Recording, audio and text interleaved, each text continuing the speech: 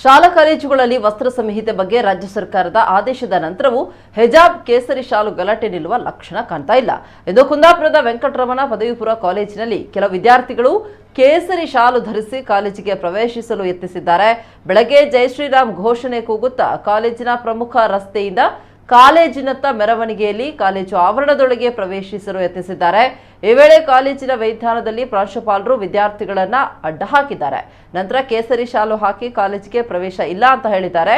ಈ ವೇಳೆ ಕಾಲೇಜಿನ ಆವರಣಕ್ಕೆ ಸ್ಕಾರ್ಫ್ ಬುರ್ಖಾ ಹಾಕಿ ಬರುವಂತಿಲ್ಲ ಅಂತ ವಿದ್ಯಾರ್ಥಿಗಳು ಪಟ್ಟು ಹಿಡಿದಿದ್ದಾರೆ.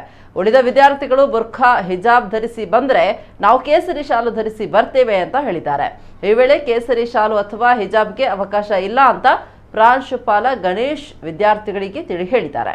ಅದಕ್ಕೆ ಒಪ್ಪಿದ ವಿದ್ಯಾರ್ಥಿಗಳು ಶಾಲು ತೆಗೆದು ಕ್ಲಾಸ್ಗೆ ಹೋಗಿದ್ದಾರೆ.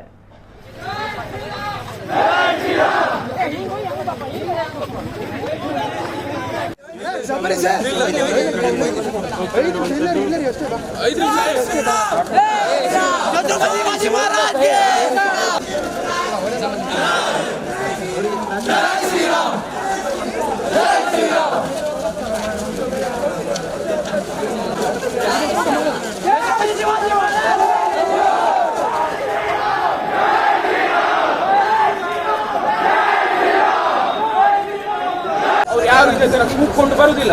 ನೀವು ಬನ್ನಿ ಬರಬೇಡಿ ಅಂತ ನಾವು ಹೇಳುದಿಲ್ಲ, ಆಯ್ತಾ? ಗಲಾಟೆ ಬೇಡ. ಎಕ್ಸಾಮ್ ಆಗ್ತಾ ಉಂಟಲ್ಲ, ಸರಿ ಈಗ ಬಂದು ತೆಗಿದ್ರಿಯಾ? ತೆಗೆದು ಹೋದ್ರಲ್ಲ, ಈಗ ಕೂಗುವಂತ ಅಗತ್ಯ ಇಲ್ಲ. ಬೇರೆ ಮಕ್ಕಳು ಎಕ್ಸಾಮ್ ಆಗ್ತಾ ಉಂಟಲ್ಲ, ಡಿಸ್ಟರ್ಬ್ ಆಗ್ತದಲ್ಲ ಅವರಿಗೆ, ರೈಟ್?